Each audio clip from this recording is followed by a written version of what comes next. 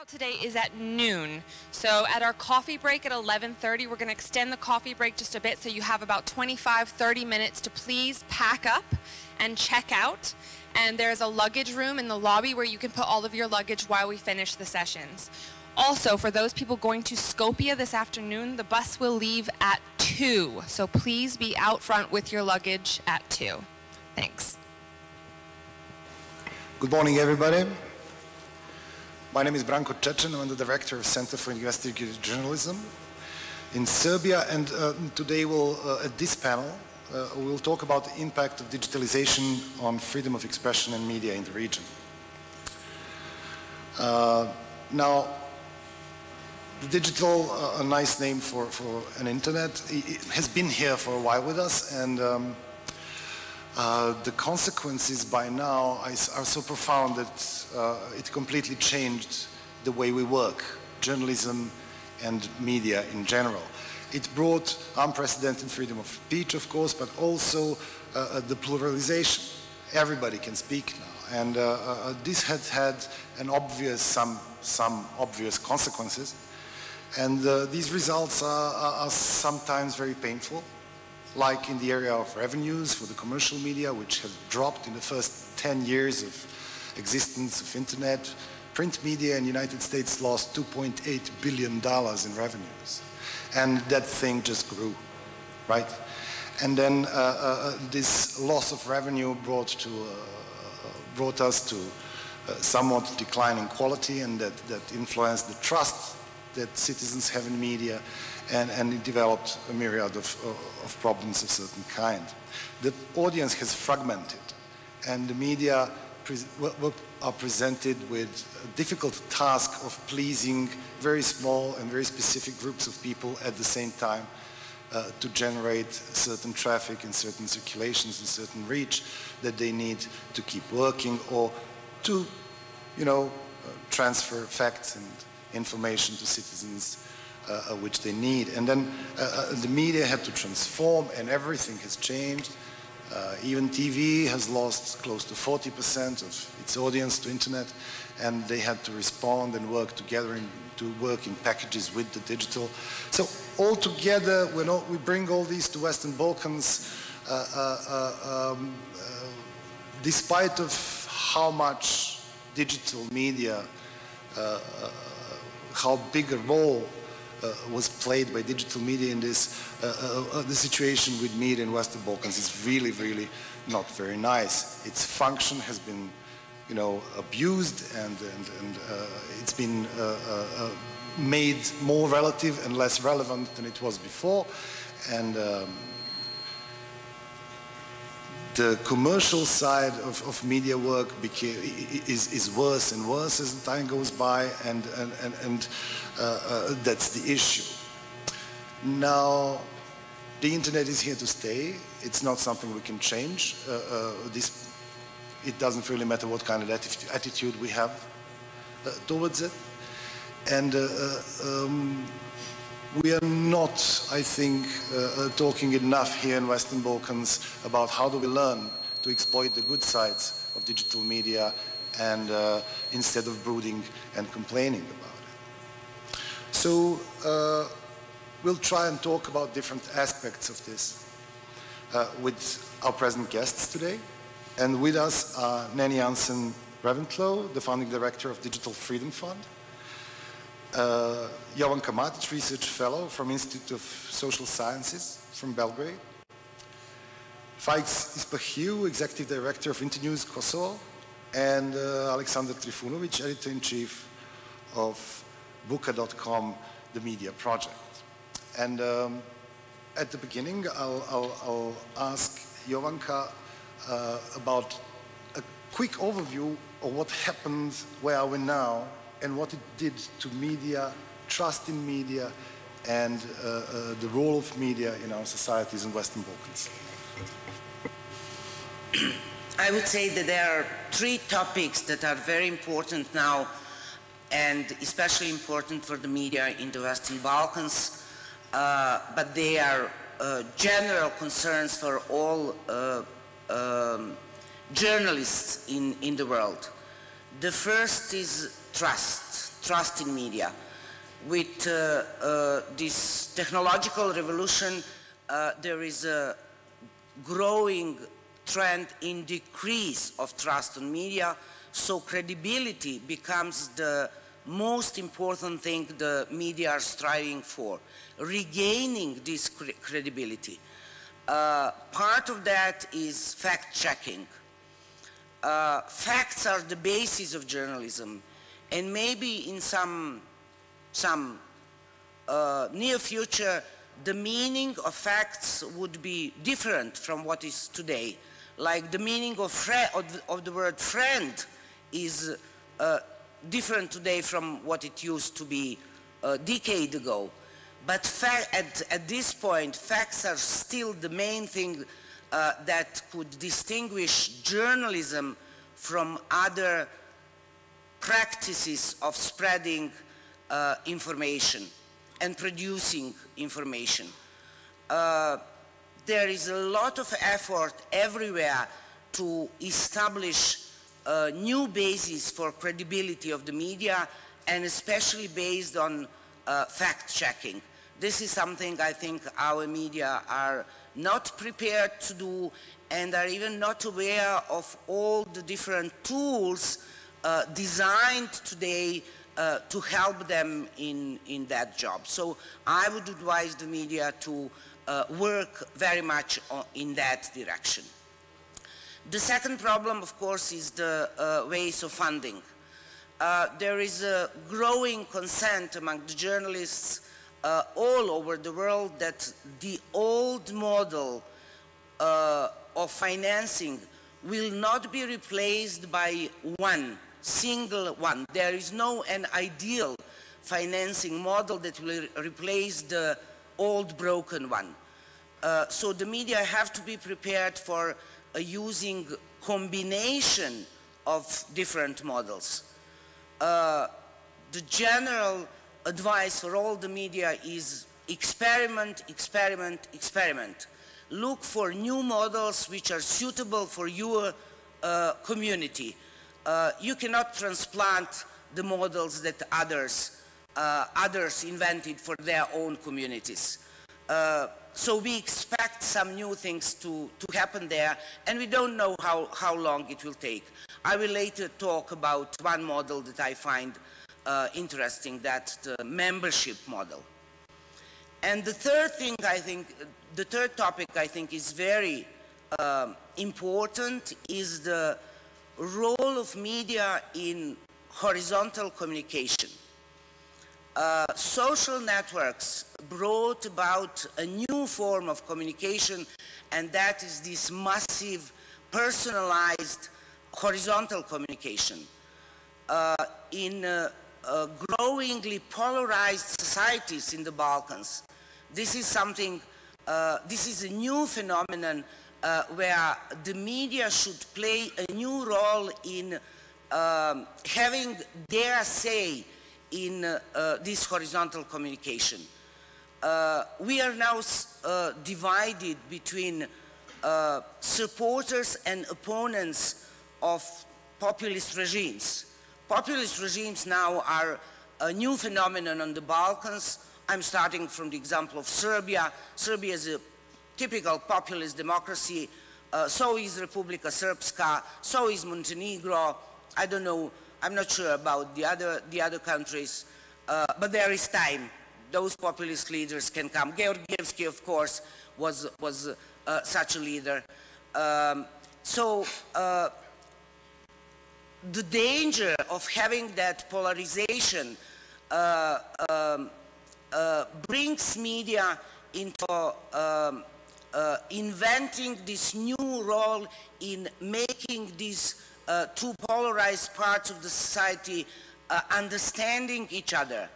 The most dangerous thing is to isolate people who are accepting populist ideology as something genuinely democratic, because it is not democratic, it is anti-pluralist, and that is its core, which should be understood.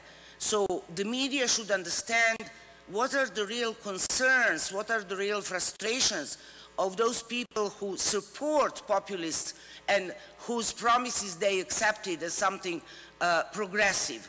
And in that sense, help the society find a genuinely democratic solution for problems which are very deep and which give ground for success of these demagogic and opportunistic solutions the populists offer.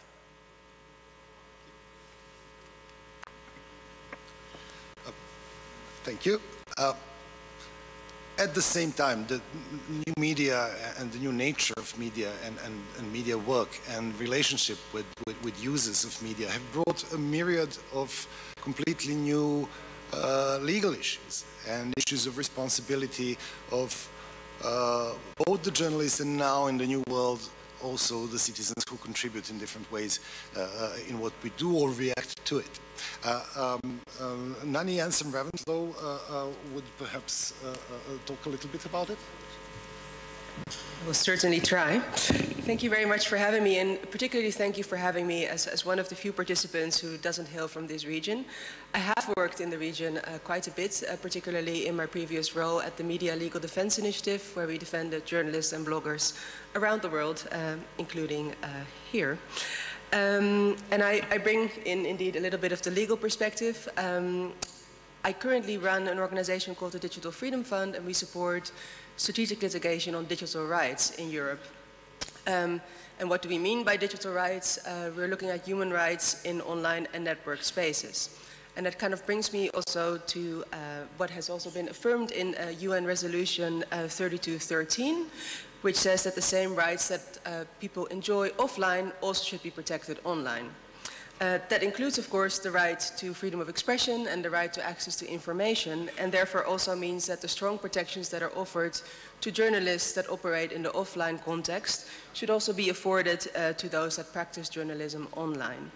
And as news consumption is moving more and more to the online sphere, you know, the way that news is produced and that it is spread and shared is increasing, right? And the speed with which this happens is increasing. And non-professionals might actually be the first to report on issues of public interest. Everyone carries a smartphone these days. Videos are easily shared, live streamed and uploaded. And that raises, of course, a lot of questions. Are these people then, per definition, what we call citizen journalists, or are they what I once in a previous piece called, are they accidental journalists actually? And where do you draw the line? There's a big gray area there and a lot of room for discussion. Overall, I would be in favor of saying that the same protections should be offered to those that are involved in news gathering and also news sharing, taking a functional approach there, because overall that will favor the free flow of information.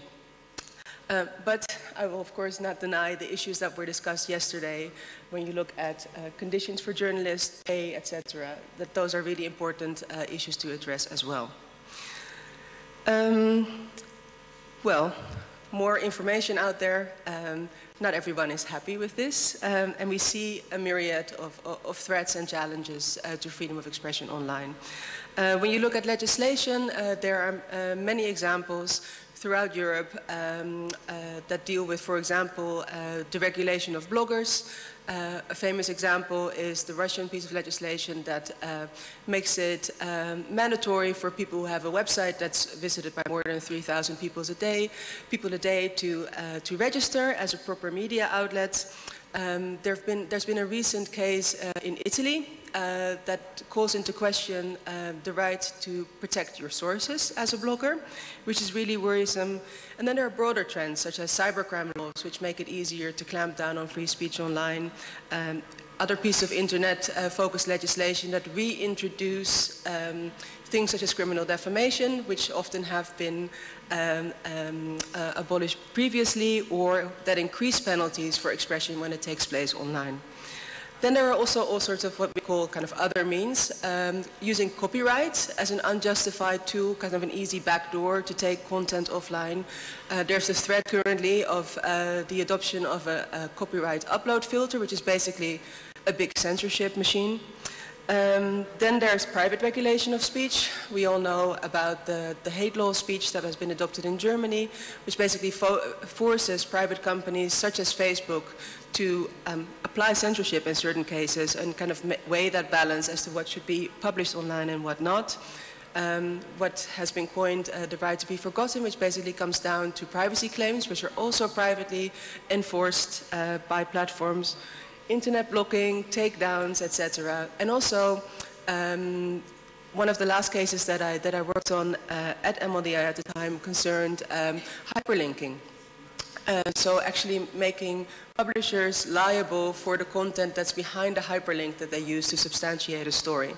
But I will stop there because I don't want to kind of list a long list of threats. I think it would be good to kind of, indeed, as our moderator suggested, look at slightly more positive angles to this discussion. So. Just a short question. When you said Europe, you mean just EU or Europe in general? We work on Council of Europe. Oh. Yeah. Thank you. One of these Europes. Okay, so Fike, you've been the director of Internews, and it's a multi-platform production organization, and you work in many different media.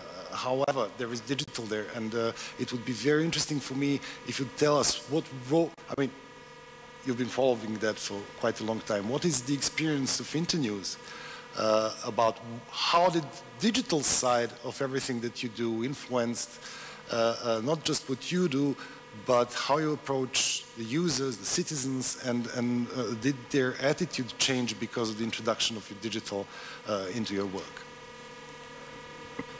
Well, 13 years ago, we started with what at that time was convention, was a TV program. We started with a current affairs weekly TV program that was challenging the leadership, the oligarchs, the fathers of our nation, with 5 questions. We were asking for checks and balances. We were challenging. We were putting into question the trustworthy of their claims, and we were trying to do our part, do our role into the entire scene. During the time we saw the shift, we saw the penetration of internet, and by the way, Kosovo has the highest internet penetration in the region per capita. There's lots of people, not only youth, but throughout the entire span, using smartphones and internet. Technology will not change the core of our role of reporting and disseminating news. It will always remain the same. It will just enhance, it will just amplify. On one side, it will amplify the professionalism, it will amplify the importance of what we do if we are talking about professional journalists, but also it will amplify the stupidity, and it will amplify the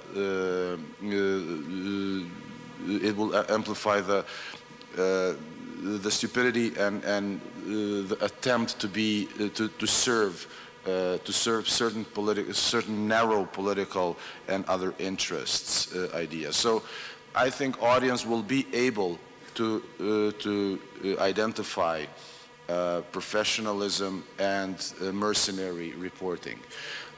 We have used technology all the way from the very beginning. For one, to listen to what is going on our scene, and to be listened, to be able to spread our news and our work and our reporting as much as possible. We have ended, so when you say about multi-platform, it is true. We have 2 TV programs, weekly TV programs on prime time in Kosovo. We have a platform that has long articles, in-depth articles, 2,000 plus words. We have a platform that shows results of our different projects, court monitoring, monitoring of public expenditure, funds expenditure. Now recently we have, and I have to brag about it, we have succeeded after a 5-year battle with the office of our Prime Minister, based on the law that provides us access to public information. We have finally got the expenditure reports of our prime ministers. For 5 years, we took them to court. We won the court case.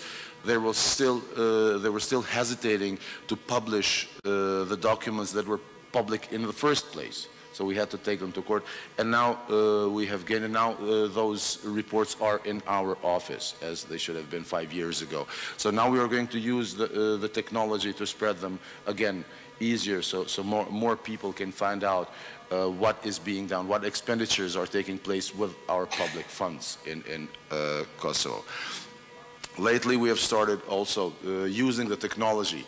We have gotten into designing a platform for reporting corruption. We have more than 8,000 cases reported, and what we do is together with our researchers team, go out, find out what the real situation is, and then again, using technology, we publish those findings. Not only that we publish those findings, but we use technology again to forward those. Our legal office sits down and forwards those information to relevant institution, insisting that we get a feedback on what that institution has done upon receipt of those questions. And finally, Krypometer is our newest project, which is a fact-check machine. In Albanian, we use the amount of salt to measure the amount of lies. So the more salt, the bigger the lie. And if it's something, if it's tasteless, in bad taste, we say that there's no salt. There's no salt. So the lack of salt does not necessarily mean that it's truth. So it's just the play of words. So that's why we use, instead of fact check, instead of the usual global name, we used Krypometer, the meter of salt, in order just to bring it to the human level, because technology will never replace the human touch, the human contact. We are seeing that that it is being accepted by the public, not only by the public. It's also because in Kosovo the copyright law doesn't function properly. It's very natural in Kosovo for other media to just steal the content of what we do, and since we are non-for-profit, we don't care that much unless they put a no, or unless they start changing something in the text and claiming that we have produced it. So in principle, technology has helped us to spread our story. Technology has helped us to listen to the public, because one of our strongest points is the fact that just because of that credibility and integrity that was spoken here earlier on, our readers, our viewers trust us, and they spread they share their knowledge with us. They share their findings with us, and allowing us to take forward, using that position that we have established in the last 15 years to basically empower and amplify that truth that is coming, of course, once it passed our machine of check and verification. Thank you, Fike. Booker.com has started as exclusively internet, a web portal, right? And it has spread. It now you do TV and many other things, but you seem to be the right person, coming from Bosnia-Herzegovina and working online for so many years, and so successfully, by the way, to tell us where are we now, from your point of view. What are the main issues with nature of digital media, and perhaps if you have perhaps some suggestions about the directions in which perhaps the solutions may be found for those issues. speak in my language.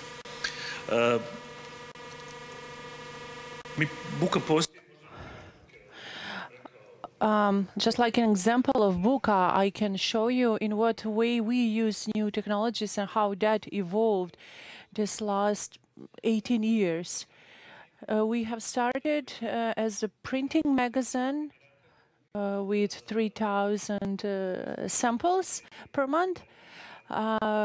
We have founded the web page of the magazine. 3 years later, we also embarked with TV show. That was the first TV show that went on online, and I would like to show this. So from 2009, Buka, on his web page, we have 300 visits daily. Today, 2018, we have 115 visits, 50,000 visits per day. That number increase every day.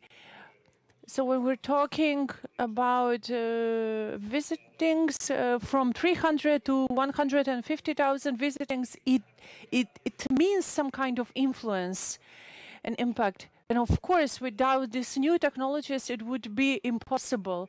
In the context of what we're doing is media activism. Thanks to the new technologies, we have succeeded to pass by corrupted politicians and to impose our story correct and precise. When you're submitting story like that, you have problems with the society. We always had problems when we were saying true. Of course, we've never talked lies, but when you're talking and you're saying true to Balkan societies, people despise you. So, of course, then when you have medias who are connected with businesses, with government, if it was up to them, there wouldn't be any correct news. Nowadays, we are going to open a radio station, so we have so many choices to use these new tools. And so what we did 20 years ago, but today we are more efficient. I have a problem when new media, when people are really afraid that no one mentioned journalists. With the production of new media, the number of bad things increased. That is the news product of the mass use of technology. But still, the good thing is that we have distributed quality things in a good way. Let me be more precise. On Facebook, we have 270,000 members. If we had enough money, we can deliver to all of them our texts, our stories. The question with the media, it's not a question, it's not an issue of quality, but it's a issue of delivery. But not all of us have money to pay for Zuckerberg or to pay ads, so it will be even more visible. Our task is to present the possibility of new technologies, and in that context, for example, on our pages, some of the most popular stories was written by people who we don't even know them. We still in this region can talk with our different languages without translators, which is an advance of this region. If we want to understand each other, we can. On the other side, I think that we exaggerate the influence of mass media. The biggest activism here on Balkan is this movement, Justice for David, and it's connected with things that were happening in the... so this boy was killed in Banja Luka, the government made this they had a press release. They released their own version. The father of the boy, he initiated rallies, so thousands of people rallied and protested every day. The Facebook group has 250,000 people. And we have a situation where citizens impose questions. Citizens do not allow to be manipulated by government. And even without professionals, they're doing, for example, yesterday they made it to get a special session on this issue. They directly threaten to journalists and bloggers to write what they're not like that. The reaction to this speech was a massive condemnation of this kind of acting. Journalists, celebrities, they all reacted and they become part of this. I just use this case because I have this need to tell you that if we are pioneers of using of these new technologies, we have the responsibility to share with citizens, to act in a good journalist. He doesn't have to be good on social media. We can make a good combination, good stories from good journalists. Citizens can share them. So we have a lot of examples of good practices of new technologies. And I believe that the media that I arrange is getting better every year, better and better. In an attempt to sort of, at this point, professional independent journalism in Serbia is basically banished to the internet. And all the investigative journalism organizations and other rather professional organizations are working online.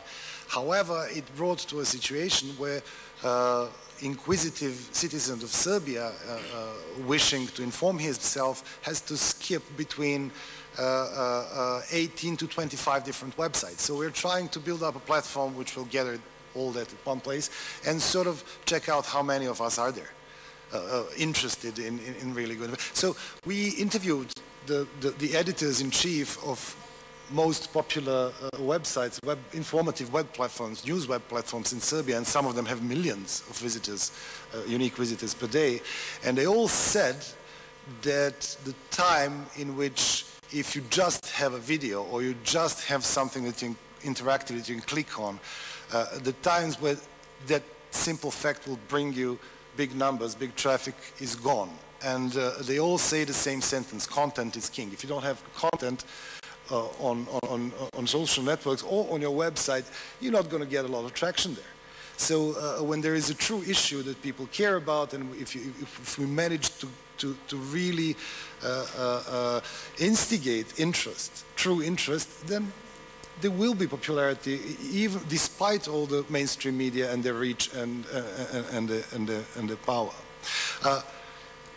However, we have to live with something, and it has been a notorious problem of basically creating revenue in digital. And as Jovanka said, there are many different models, and she mentioned one that is rather interesting to her. And considering her experience and knowledge, I'm really curious about it. Why did it interest you so much? Yeah, I would say in a new age, the audience is the king. And you have to give this content to some specific audience. But audience is not what it used to be.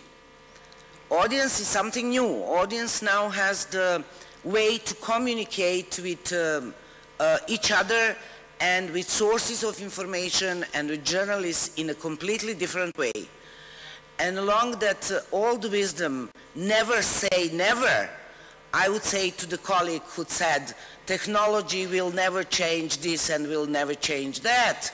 The technology has already changed a lot of things the journalists couldn't imagine technology would change. So I think that we are still not aware of these revolutionary changes which are going on. Even in the role of journalists, they are doing it, but they are not aware that they are doing it in a different way. In 2011, there was a research made by the Faculty of Political Science in Belgrade asking journalists how they see their role in the future.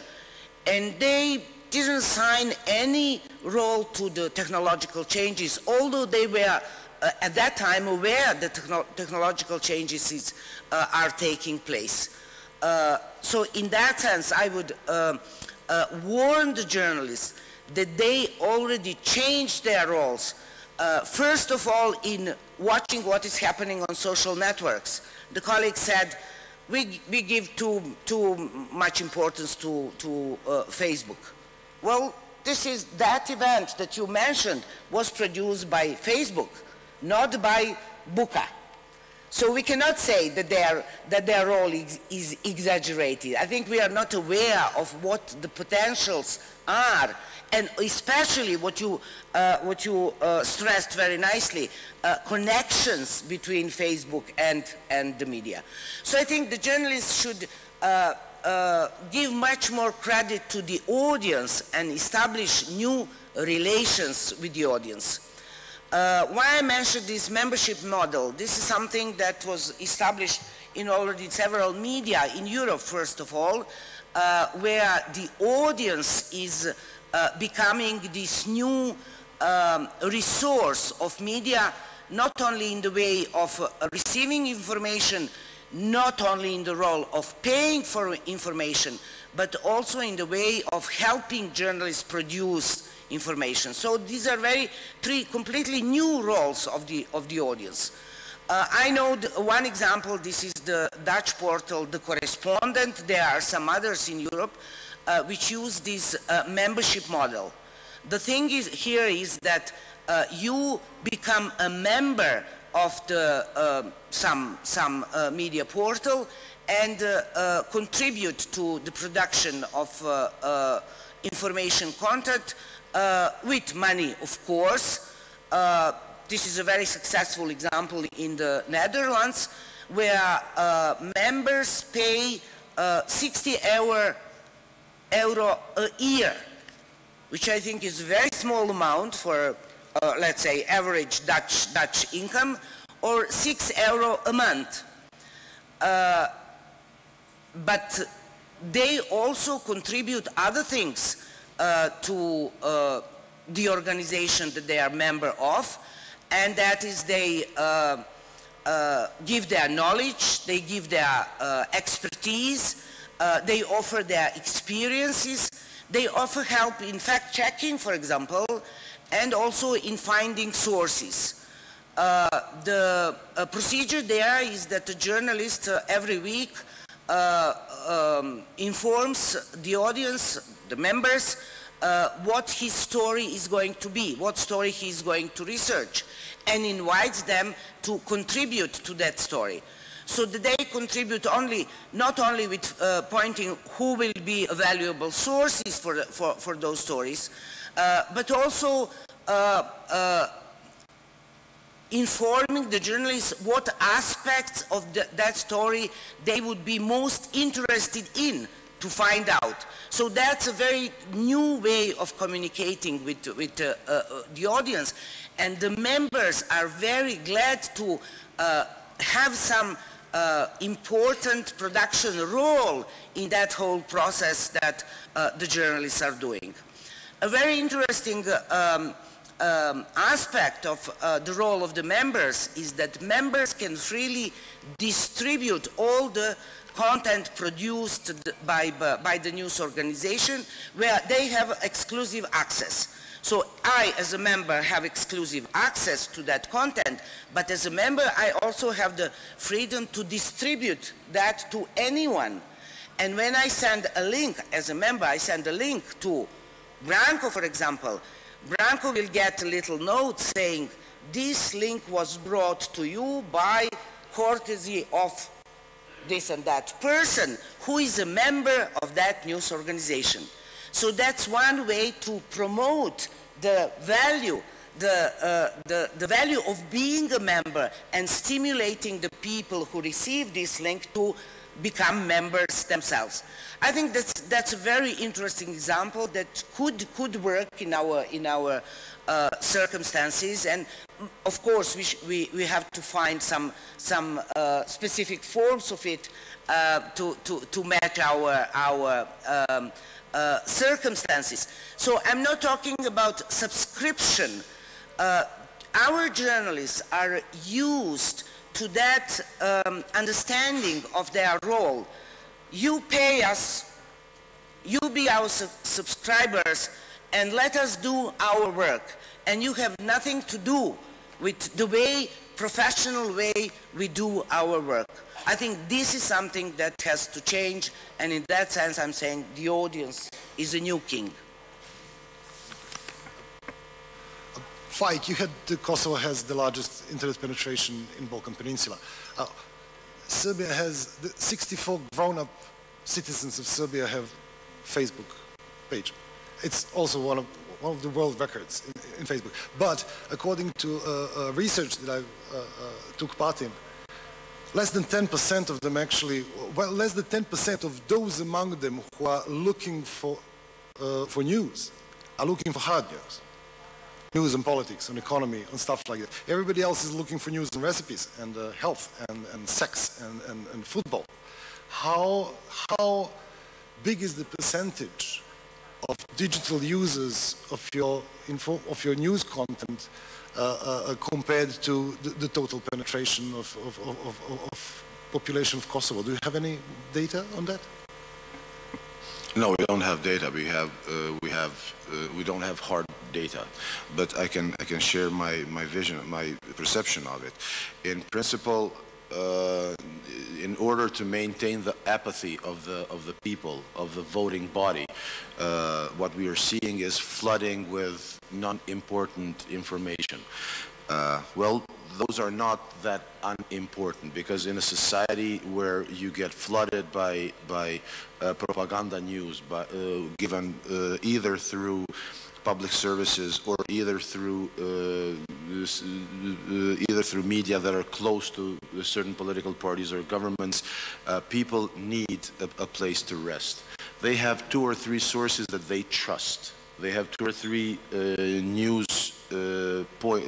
news sources that they go to every time that they feel they need to know something about it.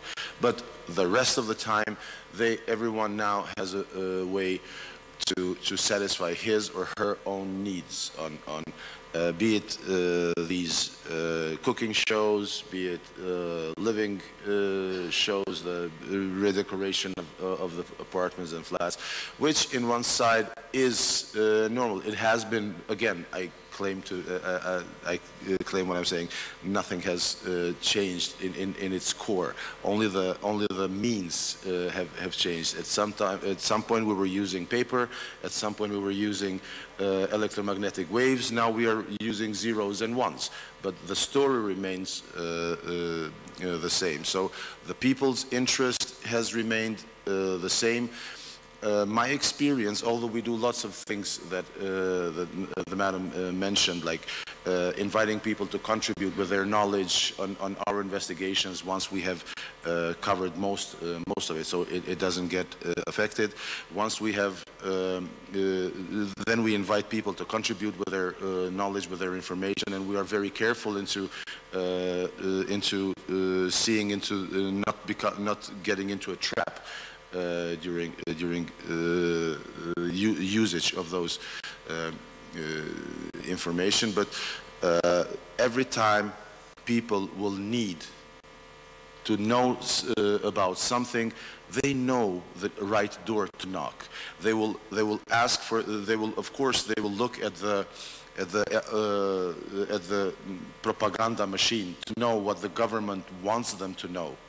And then they will go to the source that they really trust. And then it is now easier for them to establish a clearer picture of what the real situation is.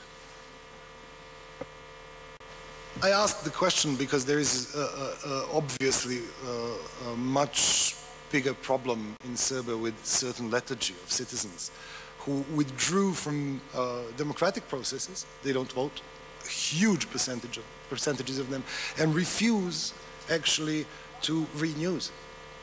They focus on making jams and drinking beer and watching football because they're frustrated for decades and decades. They're frustrated by political processes and event results. So our problem is how to attract these people, the abstinents, the informative abstinents. So digital platforms and social networks gave these citizens a lot of opportunities not to engage.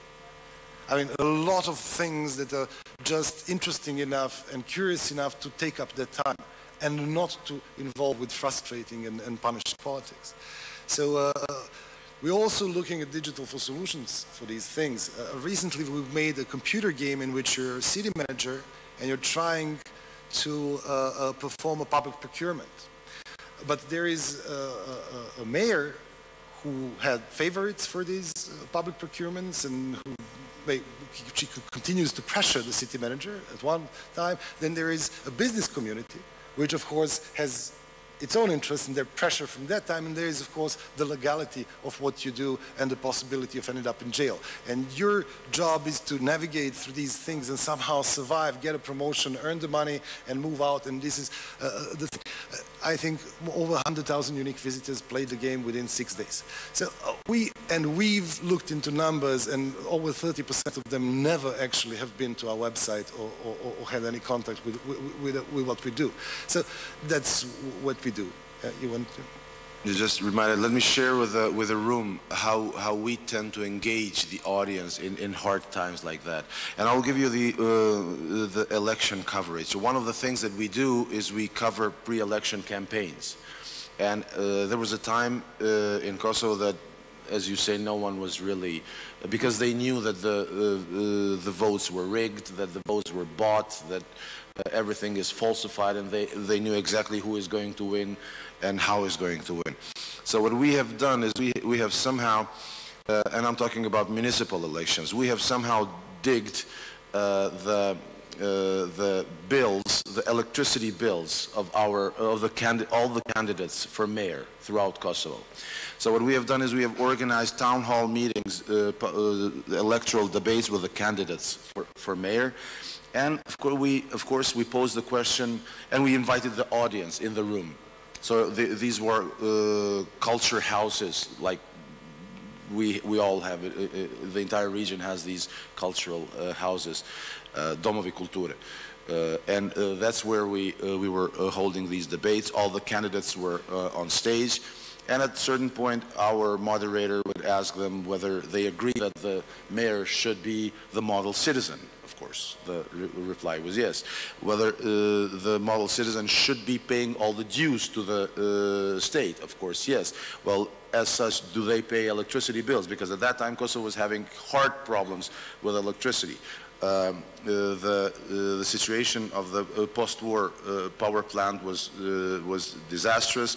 Because of that state, we didn't have electricity. We had electricity cuts. Because of electricity cuts, no one was paying the electricity, and because of no funds, the power plant didn't have enough funds to invest in better electricity situation. So it was a vicious circle, and it turned out in a huge ridicule of those candidates that were claiming morality, and they were claiming that they don't own anything to the state, to the government, that they were paying all the taxes and all the bills.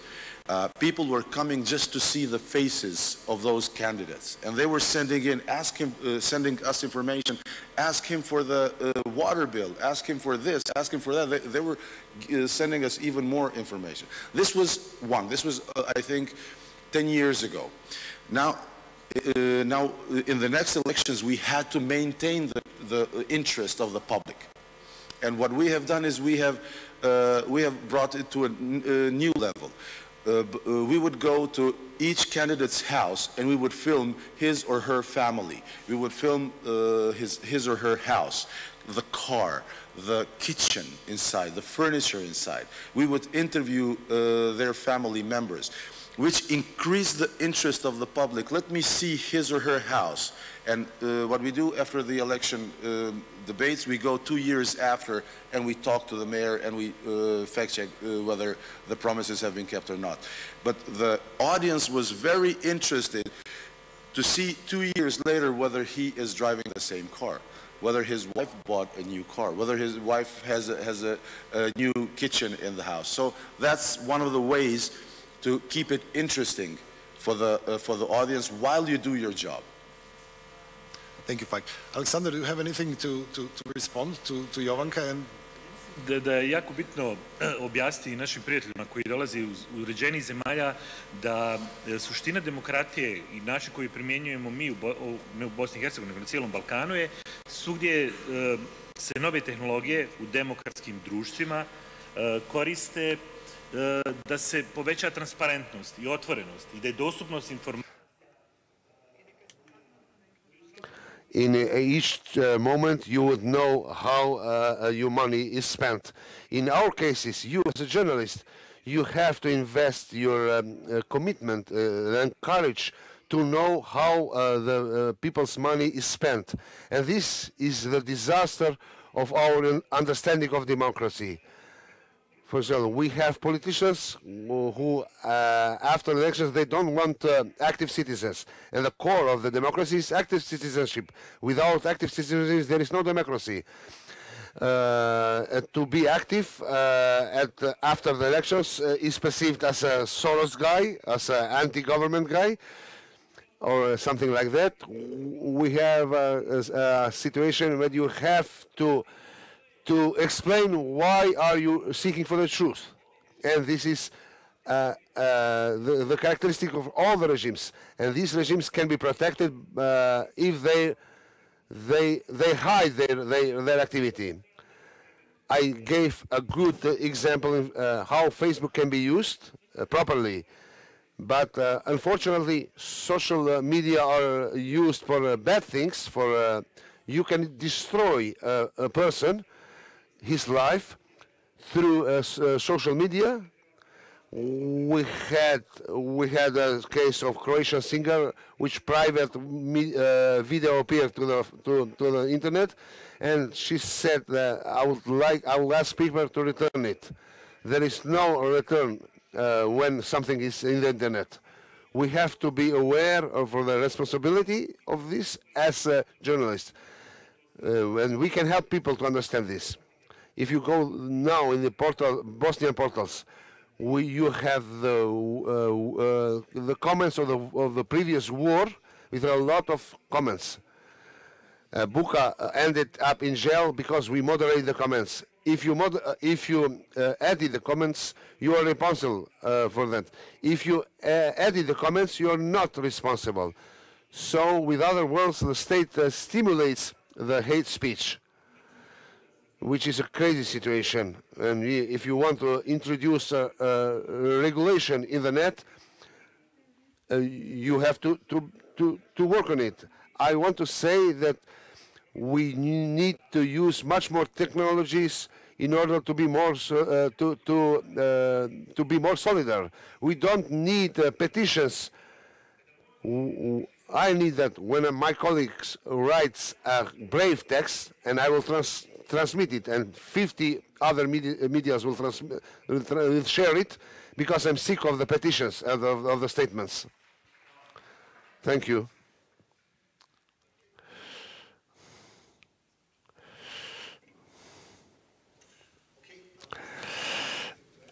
No, do you have any questions? Come on, please, the lady over there. Do we have a microphone for the lady here? Yep.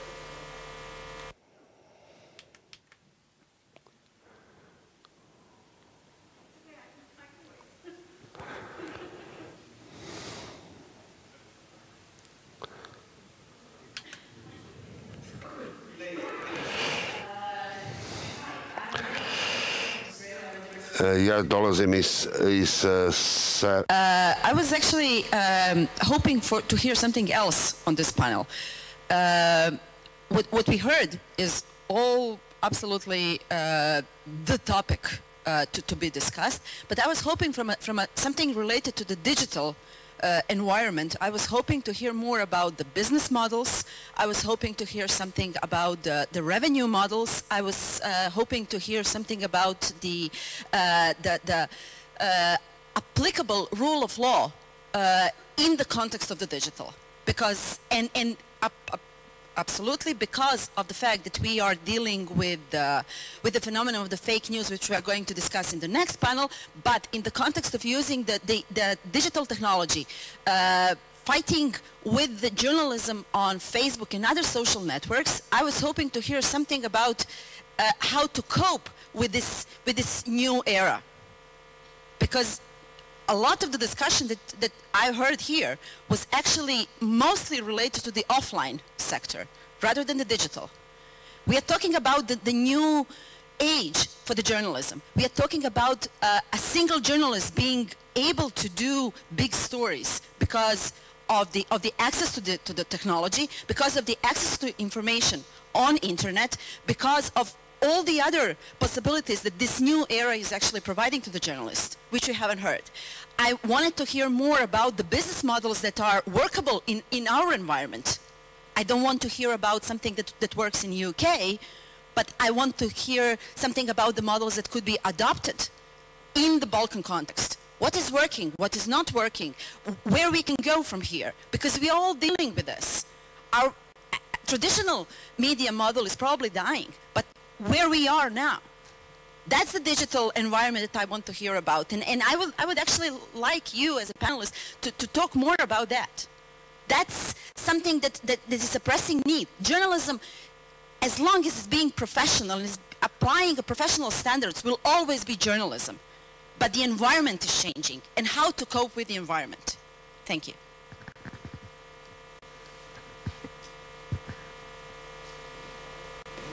Ja se ne slažem da smo mi profulali se.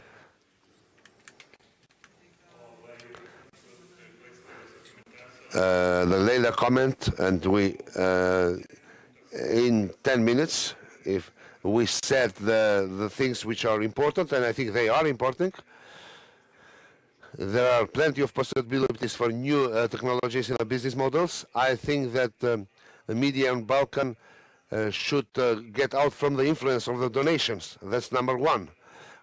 And the media can survive, unfortunately media here can survive only from donation, and we should become, for example, the media, a lot of funding campaigns who indicated that the citizens with their means want to help media, and without the new media it won't be that efficient.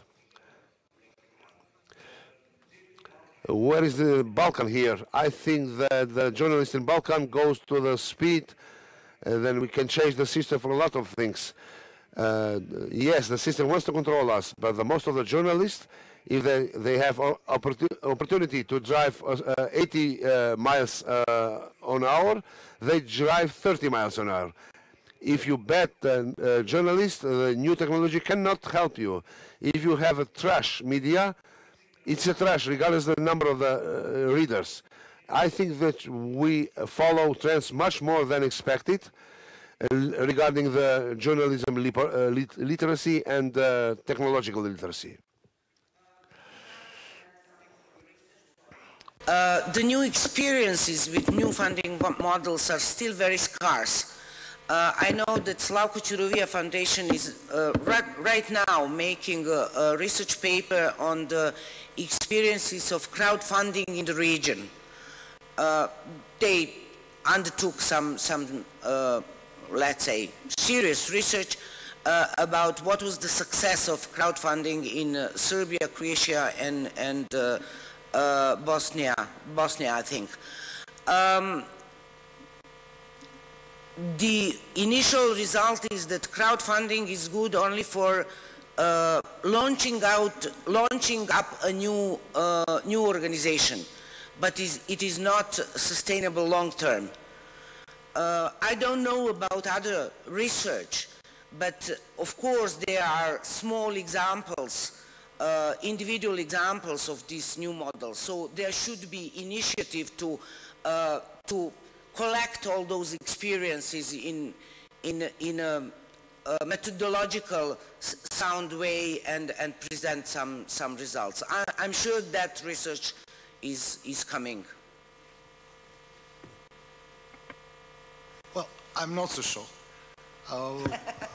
As the Center for Investigative Journalism, we've looked into different ways to diversify our income, sources of our income. And we've recognized 5 different models that are perhaps applicable. And then we wanted a feasibility study, because if we endeavor in investing money and resources as a small underfunded organizations, we threaten our very own existence. So we just wanted to see what is the market. Do we even start? Do we even attempt to do it? And it turned out that first, there are no people who know how to do that research in Serbia at all. There were 2 guys and they all left. The second thing is, whenever I ask donors to do it, they just change the topic. Don't ask me why. I'm professionally paranoid. I'm investigative journalism, looking for problems all the time. I don't know why. But they don't want to give us money to make a research, a feasibility study, which we would offer to all the online and other media in Serbia to look into what the consumers want, how much they're prepared to give, and how do we approach them. So I have no answers, but it's not for lack of trying to get them. I just don't have anywhere to get those answers. Okay? Anybody has any? Oh, there is a question, please. There is a microphone. Can we get microphone to the lady in the back row? Yesterday we were asked how many of us are watching public service media. And today I'm asking how many of you are paying monthly subscription for Can you internet please media? put the microphone closer to your mouth? We don't hear I'm you. asking you very easily. Tell me, how many of you is paying monthly to support one of these good internet media?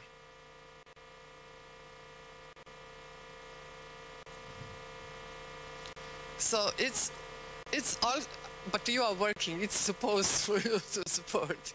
I'm telling that there are very good. I'm telling that there are very good campaigns in Slovenia and in Croatia where people are asked to support their media. So it's also a thing from our side, from the citizen, that we are like, we think that everything is coming from free. There is no free lunch. You have to pay for a good journalism. So we have to also discuss how to explain people that if you want to have a good service and journalism, this kind of journalism is a very good service, you have to pay it. So that's very easily. And if you are, I like this sentence which is now circulating on the internet. If you are not paying for the media, then you are the product, which media is selling to anyone else. So don't be a product. Be a supporter of the media and pay for the content. Thank you. There is a gentleman here with a question. Could you please raise your hand? Thank you. And this is the last question we're going to take. This is the end of our...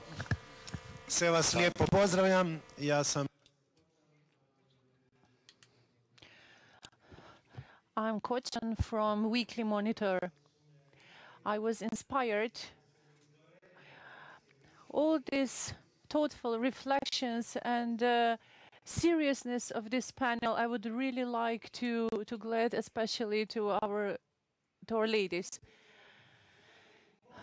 I believe that we can make a balance of what we should take from what we are here. The modern technology is not going to do anything for us. That illusion that with the discovery of internet space, that journalism will go out, that will, and monopoly of manipulation that will go out, because the time has shown us something completely different. The discovery of this new cyber world is the same like the discovery of new universum. it's really blurred. This chaos is really blurred, where radically we have find out the possibilities of humanity. Actually, they're the symptom of these possibilities. The possibility to destroy ourselves, but the possibility to make something better from the system we're living in, and it is called capitalism as a world system. Those symptoms, it's of so-called post-human, this is a symptom of the post-human world. It's the massive use of lies that are formed and shaped as information. Hate speech and lie in cyber world conveyed with such a speed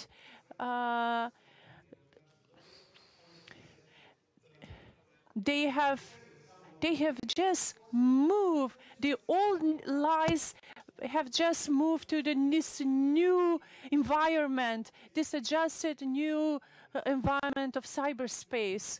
There is no way for us